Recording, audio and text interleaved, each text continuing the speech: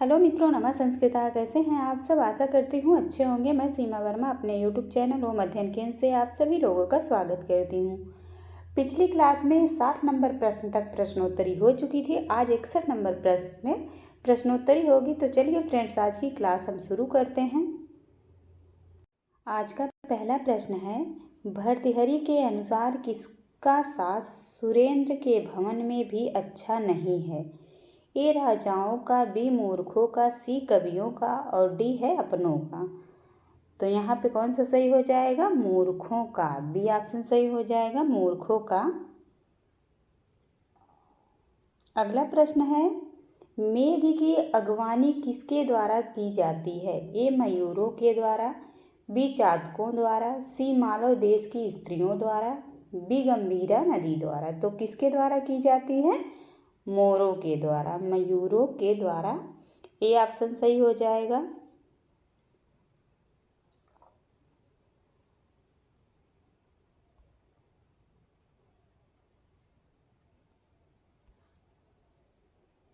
अगला प्रश्न है, मेघदूतम में राजा रंतिदेव की राजधानी के रूप में वर्णित है? ए उज्जैनी, बी दसपुर, सी दसाड़ और डी है कुरुक्षेत्र। तो क्या वर्णित है? दसपुर। बी ऑप्शन सही हो जाएगा, दसपुर। अगला प्रश्न है, मेघदूतम में चाटुकार प्रेमी के रूप में वर्णित है? ए यक्ष, बी मेघ, सी मोर, डी है शिप्रा वायु। तो क्या वर्णित है? शिप्रा वायु। डी ऑप्शन सही हो जाएगा, शिप्रा वायु। अगला प्रश्न है,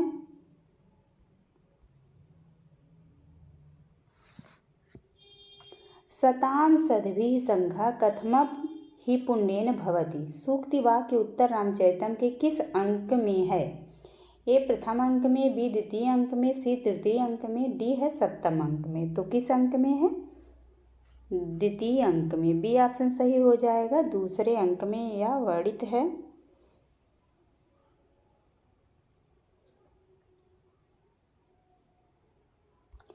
अगला प्रश्न है, सुमेलित करें पिता और यहाँ पे पुत्री या पुत्र दिया हुआ है।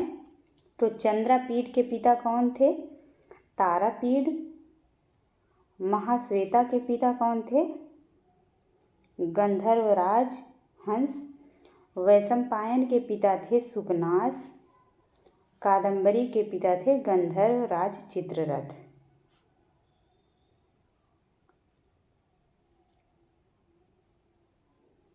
तो यहाँ पे सी ऑप्शन सही हो जाएगा। अगला प्रश्न है, धीर ललित नायक उदयन किस देश का राजा था? ए कैकेय, बी कलिंग, सी मत्स्य और डी है वत्स देश। तो किस देश के राजा थे? वत्स देश के। डी ऑप्शन सही हो जाएगा, वत्स। अगला प्रश्न है, राज्याभिषेक के समय चंवर की हवा से राजाओं का क्या उड़ा दिया जाता है? ए सत्यवादिता, बी गुड़ाह, सी यशः, डी है साधुवादः। तो क्या उड़ा दिया जाता है? सत्यवादिता। ए ऑप्शन सही हो जाएगा, सत्यवादिता। अगला प्रश्न है, अनुदिवसम अपूर्यमाणाः पापेन यो। यहाँ अनुदिवसम पद में समास है। ए बहुव्रीहि, बी तत्पुरुष, सी कर्मधारय और डी है अव्ययी भाव। तो कौन सा समास है अनुदिवसम में? अव्ययी भाव समास। डी ऑप्शन सही हो जाएगा, अव्ययी भाव समास। अगला प्रश्न है, आमुक्तेः संसारः। उदाहरण है, ए द्वितीय विभक्ति का, बी षष्ठी विभक्ति का, सी है अभिविधि अर्थ का और डी है मर्यादा अर्थ का। तो किसका है ये? मर्यादा अर्थ का। डी ऑप्शन सही हो जाएगा, मर्यादा अर्थ का। अगला प्रश्न है, शिव यु धृतावतारः वाक्य है? ए शिवराज विजय में, बी उत्तर रामचरितम में, सी शिवराज विजयम में और डी है अभिज्ञान शाकुंतलम में। तो किसमें है यह? शिवराज विजयम में। सी ऑप्शन सही हो जाएगा। ए में है शिवाजी विजयम, तो यह नहीं सही होगा। सी ऑप्शन सही हो जाएगा, शिवराज विजयम में यह है। अगला प्रश्न है, दुष्यंत को देवासुर संग्राम की सूचना देने वाला है? ए मातल, बी इंद्र, सी नारद, डी दुर्मुख। तो कौन देने वाला है? मातल। ये ऑप्शन सही हो जाएगा, मातल। अगला प्रश्न है, दिष्ट्या धूमाकुलित दृष्टे अपि पावक एव आहुति पतिता में आहुति पद से संकेतित है? ए हव्य सामग्री, बी शकुंतला, सी दुष्यंत, डी सर्वदमन या भरत। तो यहाँ पे क्या सही हो जाएगा? शकुंतला। बी ऑप्शन सही हो जाएगा। आहुति पद से शकुंतला का बोध होता है।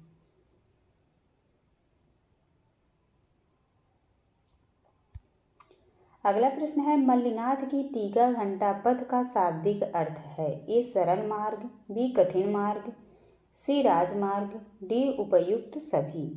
तो यहाँ पे क्या सही होगा? राजमार्ग। सी ऑप्शन सही हो जाएगा। घंटा पथ का शाब्दिक अर्थ क्या है? राजमार्ग।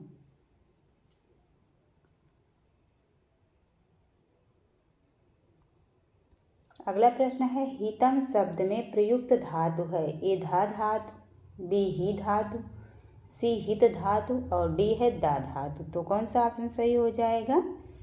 धा धातु। ए ऑप्शन सही हो जाएगा। हितम में धा धातु है।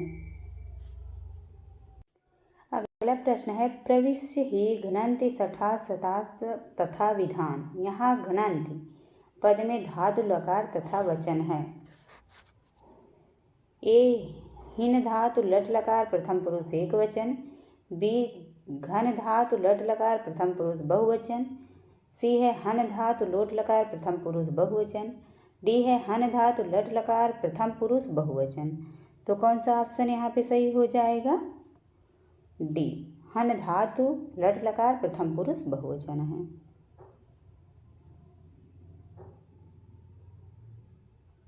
अगला प्रश्न है, महाभारत की कथा अनुसार पांडवों ने अज्ञातवास किया था?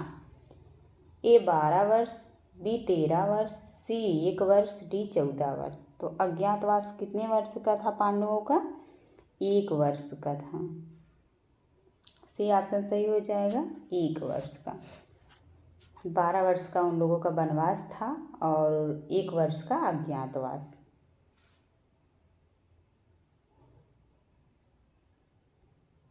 आगे सुमेलित कीजिए। विशेषण है और व्यक्ति विशेष है।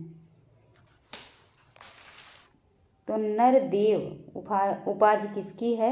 युधिष्ठिर की। वास उपमा शब्द किसके लिए आया है? तो अर्जुन के लिए आया है। वसुपमानः किसके लिए आया है? दुर्योधन के लिए। और लोहित चंदनोचितः किसके लिए आया है? तो भीम के लिए आया है।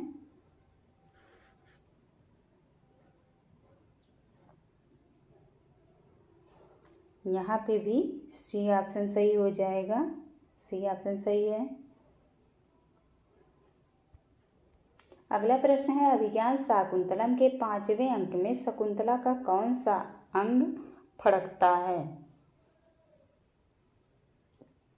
ये दाहिनी भुजा, बी दाहिना नेत्र, सी दोनों, डी इनमें से कोई नहीं। तो क्या फड़कता है अभिज्ञान शकुंतला का? दाहिना नेत्र। बी ऑप्शन सही हो जाएगा। दाहिना नेत्र जो है फड़कता है। अगला प्रश्न है, राजा दुष्यंत शकुंतला का चित्र किस अंक में पूरा करता है? ए प्रथम अंक में, बी चतुर्थ अंक में, सी 5वें अंक में, डी 6वें अंक में। तो किस में पूरा होता है? 6ठे अंक में। डी ऑप्शन सही हो जाएगा। 6ठे अंक में पूरा होता है। अगला प्रश्न है, भर्तृहरि का प्रिय अलंकार है? ए निदर्शना, बी अर्थांतरन्यास अलंकार, सी है अतिशयोक्ति और डी है दृष्टांत। तो कौन सा अलंकार प्रिय है? निदर्शना अलंकार। ए ऑप्शन सही हो जाएगा, निदर्शना। अगला प्रश्न है, नीति शतकम के अनुसार सच्चे मित्र का लक्षण नहीं है। ए पाप करने से रोकता है, बी अच्छा काम करने में लगाता है, सी उसके गुणों को छिपाता है, डी विपरीत समय आने पर कुछ देता है। तो सी ऑप्शन सही हो जाएगा। यहाँ पर उसके गुणों को छिपाता है। अगला प्रश्न देखिए, प्रारभ्यते न खलु विघ्नेन नीचैः, यह श्लोकांश नीति शतकम के अलावा प्राप्त होता है। ए मुद्रा राजसम में, बी पंचतंत्रम में, सी अभिज्ञान शाकुंतलम में और डी है हितोपदेश में। तो किस में प्राप्त होता है? मुद्रा राजस में। ये ऑप्शन सही हो जाएगा, मुद्रा राजसम में। और यह श्लोक और कहाँ प्राप्त होता है? तो नीति शतकम ग्रंथ में भी यह श्लोक आया है, इसीलिए लिखा गया है नीति शतकम के अलावा। नीति शतकम और मुद्रा राजसम दोनों में जो है यह सूक्ति पाई जाती है। अगला प्रश्न है, नीति शतकम के अनुसार देवता किसके अधीन हैं? ए शिव के, बी विष्णु के, सी स्वयं के, डी कर्म के। तो किसके अधीन हैं? कर्म के। डी ऑप्शन सही हो जाएगा, कर्म के अधीन हैं। अगला प्रश्न है, यम यम पश्यसि तस्य तस्य पुरतो मा ब्रूहि दीनम वचः। प्रस्तुत पंक्ति किसको संबोधित करके लिखी गई है? ए मेघ को, बी मोर को, सी चातक को, डी राजा को। तो किसको संबोधित करके यह लिखी गई है? चातक को। सी ऑप्शन सही हो जाएगा, चातक को।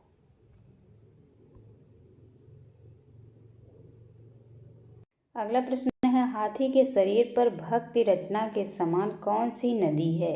ए रेवा, बी काली सिंधु, सी गंभीरा, डी चर्मवती। तो कौन सा ऑप्शन सही हो जाएगा यहाँ पे? रेवा नदी। ए ऑप्शन सही हो जाएगा, रेवा नदी। अगला प्रश्न है, कुर्बक का पुष्प किस ऋतु में खिलता है? ए ग्रीष्म ऋतु, बी वर्षा ऋतु, सी हेमंत ऋतु, डी वसंत ऋतु। तो कौन सा ऑप्शन सही हो जाएगा? वसंत ऋतु। डी ऑप्शन सही हो जाएगा। कुर्बक का जो पुष्प होता है वह वसंत ऋतु में खिलता है। और आप लोग कमेंट में बताइएगा कि कुर्बक का जो पुष्प होता है वह किस कलर का होता है। चलिए आगे चलते हैं। उत्सव प्रियाः खलु मनुष्याः किस ग्रंथ की उक्ति है? ए शिशुपाल वधम की, बी अभिज्ञान शाकुंतलम की, सी नलचंपू की, डी है मृच्छकटिकम की। तो किसकी सूक्ति यह है? अभिज्ञान शाकुंतलम की यह सूक्ति है। बी ऑप्शन सही हो जाएगा। अगला प्रश्न है, सो अयम ना पुत्र कृतकः पदवीं मृगस्ते में पदवीं पद का अर्थ है? ए स्थान, बी मार्ग, सी कुटिया, डी पालित पुत्र। तो यहाँ पे क्या सही हो जाएगा? मार्ग। पदवी मतलब मार्ग। बी ऑप्शन सही हो जाएगा। अगला प्रश्न है, प्रातिपदिक में कौन सी विभक्ति आती है? ए प्रथमा, बी द्वितीया, सी तृतीया, डी चतुर्थी। तो कौन सी विभक्ति आती है? प्रथमा। प्रातिपदिक में प्रथमा विभक्ति होती है। ए ऑप्शन सही हो जाएगा। अगला प्रश्न है, कर्म का अभिधान प्रायः कितने प्रकार से होता है? ए 2, बी 3, सी 4, डी 6। तो कितने प्रकार से होता है? 4 प्रकार से। सी ऑप्शन सही हो जाएगा, 4 प्रकार। अगला प्रश्न है, निम्न में कौन सा कथन गलत है? ए द्वंद्व समास में च के 4 अर्थ बताए गए हैं, बी है इतरेतर योग और समाहार में द्वंद्व समास होता है, सी समुच्चय और अन्ववाच्य में द्वंद्व समास नहीं होता है, डी है द्वंद्व समास केवल द्विवचन में होता है। तो यहाँ पे गलत पूछा है, तो कौन सा गलत है? डी ऑप्शन गलत हो जाएगा। द्वंद्व समास केवल द्विवचन में होता है, यही गलत है। अगला प्रश्न है द प्लस सत्री, इसका रूप क्या होगा? ए ददानः, बी ददत, सी ददन, डी दध्यन। तो कौन सा ऑप्शन यहाँ पे सही हो जाएगा? ददन। सी ऑप्शन सही हो जाएगा। द धातु से जब सत्य प्रत्यय जोड़ा जाएगा तो ददन रूप बनेगा। अगला प्रश्न है चतुर्थी तत्पुरुष समास किसमें होगा? ए रामाश्रित में, रामश्रितः, बी राजर्षि, सी राजपुरुषः, डी गोरक्षिता। तो यहाँ पे कौन सा ऑप्शन सही हो जाएगा? गोरक्षिता। डी ऑप्शन सही हो जाएगा। गोरक्षिता में चतुर्थी तत्पुरुष समास। अगला प्रश्न है सखी शब्द के द्वितीय बहुवचन का रूप है। ए सख्यः, बी सख्यायम, सी सखीन, डी सखीन। तो कौन सा ऑप्शन सही हो जाएगा? सखीन। सी ऑप्शन सही हो जाएगा यहाँ पे, सखीन।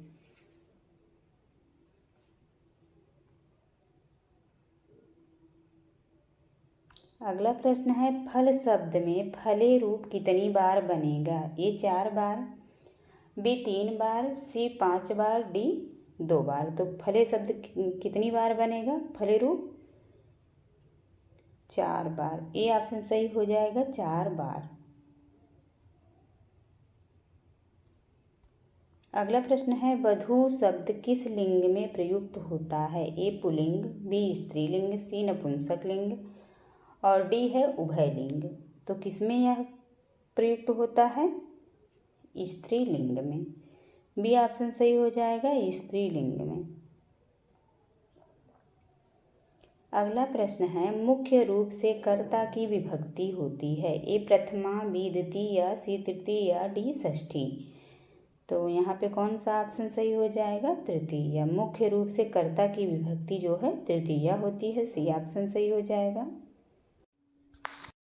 अगला प्रश्न है पाणिनि ने समास तथा कारक प्रकरण के लिए अष्टाध्यायी के किस अध्याय का चयन किया है? ए द्वितीय, बी चतुर्थ, सी षष्ठ, डी अष्टम। तो किस अध्याय का चयन किया है? द्वितीय अध्याय का। ए ऑप्शन सही हो जाएगा, द्वितीय अर्थात दूसरे अध्याय का चयन किया है। अगला प्रश्न है अर्जुन को गांडीव धनुष किसने दिया था? ए शिव जी, बी इंद्र ने, सी द्रोणाचार्य ने, डी अग्नि ने। तो किसने दिया था? अग्नि ने। डी ऑप्शन सही हो जाएगा, अग्नि ने। अगला प्रश्न है स वल्कल वसांसी तवाधुना हरन सूक्ति वाक्य है। ए उत्तरांचरितम, बी अभिज्ञान शाकुंतलम की, सी सुकनासोपदेश की, डी किराता अर्जुनियम की। तो ये कहाँ की सूक्ति है? किराता अर्जुनियम की। डी ऑप्शन सही हो जाएगा, किराता अर्जुनियम। अगला प्रश्न है नाट्य शास्त्र में अध्याय हैं। ये 32, बी 34, सी 36, डी 40। तो कितने अध्याय हैं नाट्य शास्त्र में? 36 अध्याय। सी ऑप्शन सही हो जाएगा, 36 अध्याय हैं।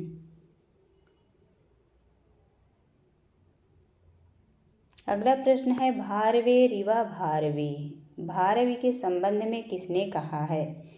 ए कपिल देव द्विवेदी ने, बी मल्लिनाथ ने, सी श्रीधर दास ने और डी है उद्भट्ट ने। तो किसने कहा है यह?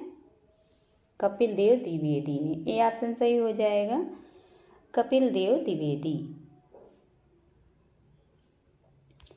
अगला प्रश्न है किराता अर्जुनियम में उदार कीर्तेः विशेषण किसके लिए प्रयुक्त हुआ है? ए युधिष्ठिर के लिए, बी वनेचर के लिए, सी राजाओं के लिए, डी दुर्योधन के लिए। तो यह किसके लिए आया है? दुर्योधन के लिए। डी ऑप्शन सही हो जाएगा, उदार कीर्ति किसके लिए आया है? तो दुर्योधन के लिए। अगला प्रश्न है प्रस्थान त्रय के अंतर्गत नहीं गिना जाता है। ए गीता, बी आरण्यक, सी उपनिषद, डी ब्रह्मसूत्र। तो क्या नहीं गिना जाता है? आरण्यक। बी ऑप्शन सही हो जाएगा, आरण्यक को नहीं गिना जाता है, यही सही है। अब यहाँ से प्रस्थान त्रय के अंतर्गत कौन कौन से आते हैं तो गीता उपनिषद और ब्रह्मसूत्र। अगला प्रश्न है, अग्निमित्र के नाम से किसे जाना जाता है? तो ए है महाकवि भास, बी महाकवि माघ, सी महाकवि भवभूष, डी है महाकवि बाणभट्ट। तो यहाँ पे क्या सही हो जाएगा? महाकवि भास। अग्निमित्र के नाम से किसे जाना जाता है? तो भास को जाना जाता है। अगला प्रश्न है, भट्टोजी दीक्षित के गुरु कौन थे? ए वरदराजाचार्य, बी है रंगोजी दीक्षित, सी श्री शेष कृष्ण और डी है पाणिनि। तो कौन थे भट्टोजी दीक्षित के गुरु? श्री शेष कृष्ण। सी ऑप्शन सही हो जाएगा, श्री शेष कृष्ण थे। अगला प्रश्न है, शुद्ध वाक्य है। ए सीतया गीताम पठ्यते, बी सीतया गीता पठति, डी सीतया गीता पठ्यते, डी है सीतया गीता पठ्यति। तो कौन सा ऑप्शन सही हो जाएगा यहाँ पे? डी, सीतया गीता पठ्यते। अगला प्रश्न है,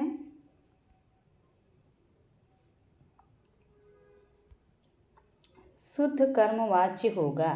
ए है सर्वे विद्वांसं पूजयन्ति, बी सर्वैः विद्वान् पूज्यन्ते, सी है सर्वैः विद्वान् पूज्यते, डी है सर्वेण विद्वान् पूज्यन्ते। तो कौन सा ऑप्शन यहाँ पे सही हो जाएगा? सर्वैः विद्वान् पूज्यते, सी ऑप्शन सही हो जाएगा। अगला प्रश्न है, अस्माभिः स्मृयते का कर्मवाच्य रूप होगा। ए अस्माभिः स्मृयन्ते, बी है वयम स्मरामः, सी है अहम स्मृयते और डी है अहम स्मरामि। तो कौन सा ऑप्शन यहाँ पे सही हो जाएगा? बी, वयम स्मरामः।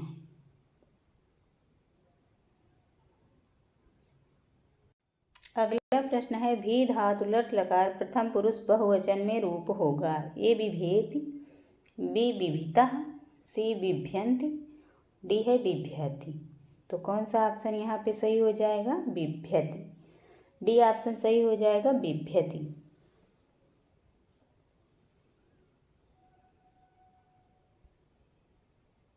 अगला प्रश्न है, दा धातु लोट लकार प्रथम पुरुष एक वचन का रूप है।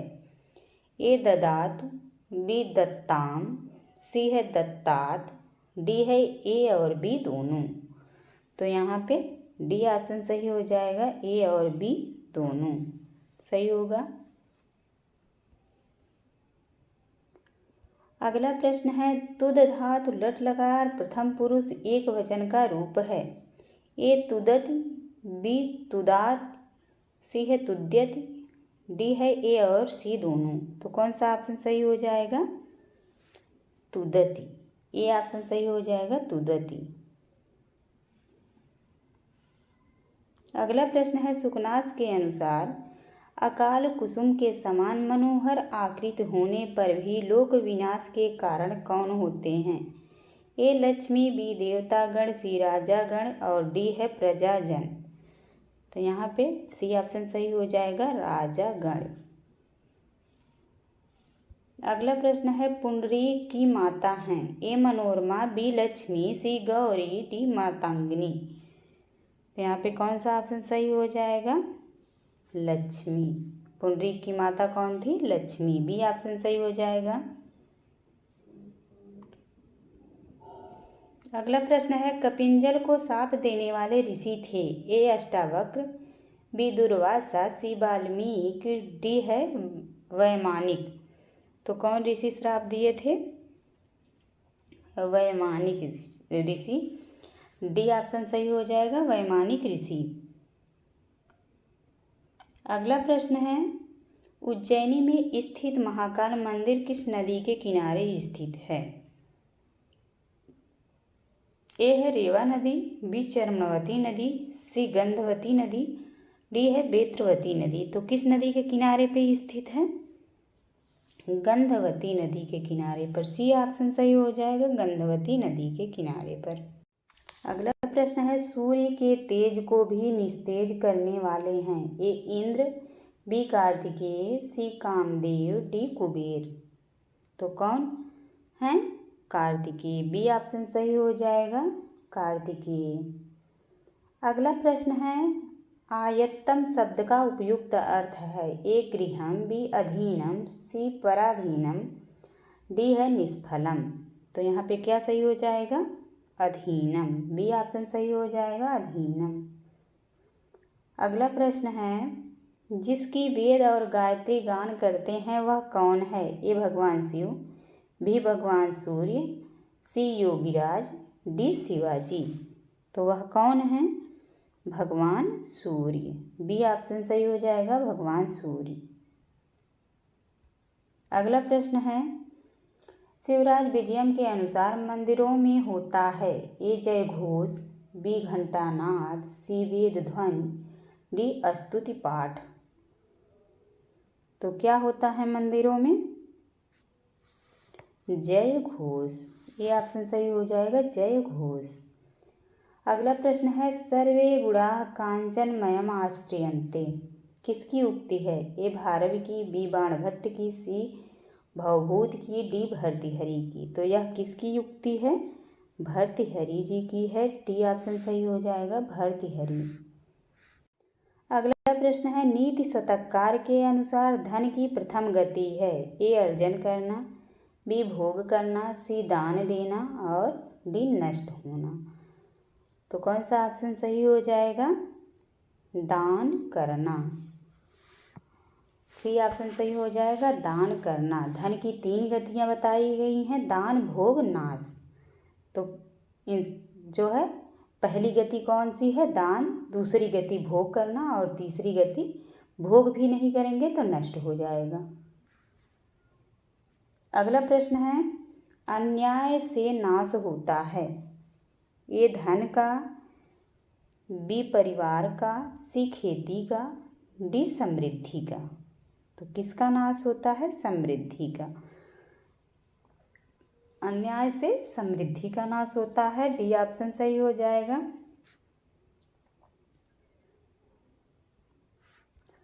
अगला प्रश्न है, अणुदिश सवर्णस्य च प्रत्यय सूत्र में प्रयुक्त अण प्रत्याहार के अंतर्गत कितने वर्ण आते हैं? ए 2, बी 14, सी 13, डी 16। तो कितने वर्ण आते हैं? 14 वर्ण। बी ऑप्शन सही हो जाएगा, 14 वर्ण।